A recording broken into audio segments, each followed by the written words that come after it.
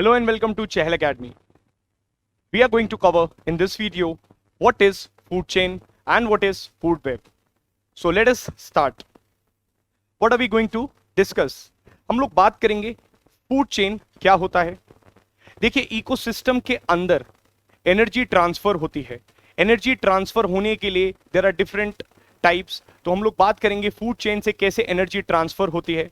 Second, हम लोग बात करेंगे कुछ एग्जाम्पल्स, फूड चेन के कुछ एग्जाम्पल देखेंगे ग्रासलैंड में कैसे फूड चेन काम करती है और कैसे एक्वेटिक इकोसिस्टम के अंदर फूड चेन वर्क करती है. एंड थर्ड पॉइंट में हम लोग बात करेंगे फूड वेब क्या होता है, interconnection and interlinkages of the food chain. So let us study. And fourth, हम लोग इसके भी कुछ एग्जाम्पल्स को देखेंगे.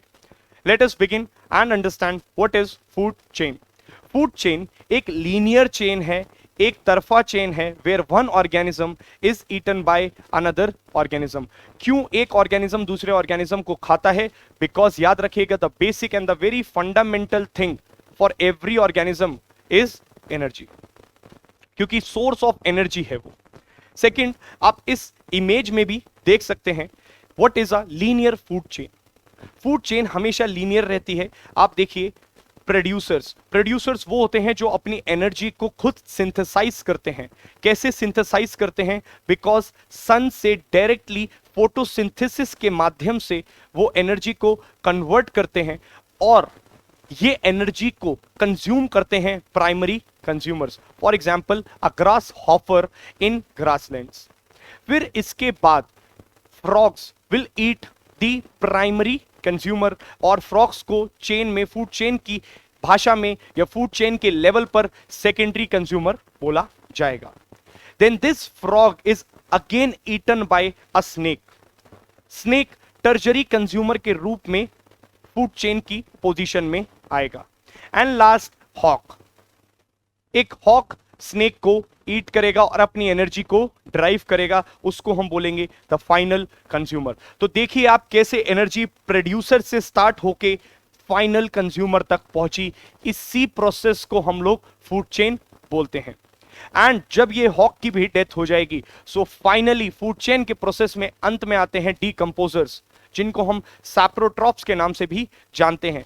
ये डीकंपोज कर देंगे इस ऑर्गेनिज्म को. Hence the energy converts back to the soil. And इसी तरीके से दोबारा से producers, that is the primary producers, plants, अपनी एनर्जी को सॉइल के माध्यम से ले लेंगे. And this is a complete food chain. Now example देखते हैं फूड चेन का पॉन्ड इकोसिस्टम के अंदर. देखिए पॉन्ड इकोसिस्टम में सबसे ऊपर के लेवल पर अगर मैं बोलता हूं या प्रोड्यूसर के लेवल पर बोलते हैं तो एल्गाइज अपनी एनर्जी को ड्राइव करते हैं सेम. एंड इन एल्गाइज को जो ईट करते हैं दैट इज स्मॉल फिशेस.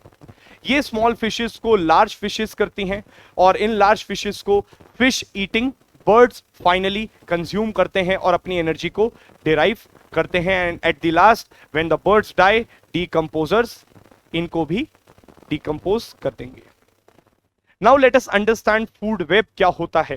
देखिए फूड वेब कुछ नहीं है, बस इंटरकनेक्शन और इंटरलिंकेजेस है, एक नहीं कई सारी फूड चेन्स का. फॉर एग्जाम्पल जब हम फूड चेन पढ़ रहे थे तो हमने पढ़ा it is a linear circle. But यहां पर आप देख सकते हैं इस इमेज के अंदर it is not linear. One food chain is also connected to another food chain and multiple food chains को ही हम लोग फूड वेब बोलते हैं. Multiple food chains interconnected, they create a food web.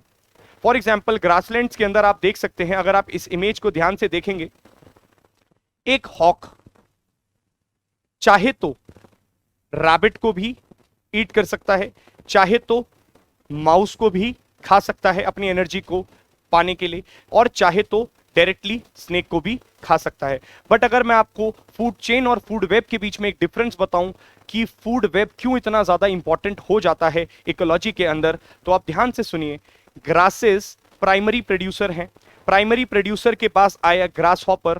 Grass hopper को bird will derive its energy from the grasshopper, snake will derive its energy from the bird, and hawk. It is a linear food chain अगर आप ध्यान से देख रहे हैं. But अगर आप ऐसा समझिए इस linear food chain में because of the evolutionary, because of the mutations, variations, चाहे क्लाइमेटिक एनवायरमेंटल फैक्टर्स को ले लीजिए और एक स्पीशीज मान लीजिए ये बर्ड एक्सटिंक्ट हो जाए या मान लीजिए ये स्नेक एक्सटिंक्ट हो जाए, तो क्या हॉक जिंदा रह सकता है? बिल्कुल रह सकता है, because of the food web. Food web ये सुविधा देता है हॉक को कि वो चाहे तो एक अपनी लीनियर फूड चेन में से भी कंज्यूम कर सकता है या दूसरी फूड चेन से भी कंज्यूम कर सकता है. जैसे कि चाहे तो वो रैबिट को भी खा सकता है, माउस को भी खा सकता है. सो याद रखिएगा, एंड कंज्यूमर कभी भी खत्म नहीं होगा अगर फूड वेब्स इंटरकनेक्टेड रहें और इंटरलिंक्ड रहें. और इसी तरह के इंपॉर्टेंट एनवायरमेंट एंड इकोलॉजी के कंसेप्ट्स को इजी लैंग्वेज में एंड डिटेल मैनर में कवर करने के लिए please keep following Chahal academy YouTube channel. I will be back with another video. Till then, thank you so much.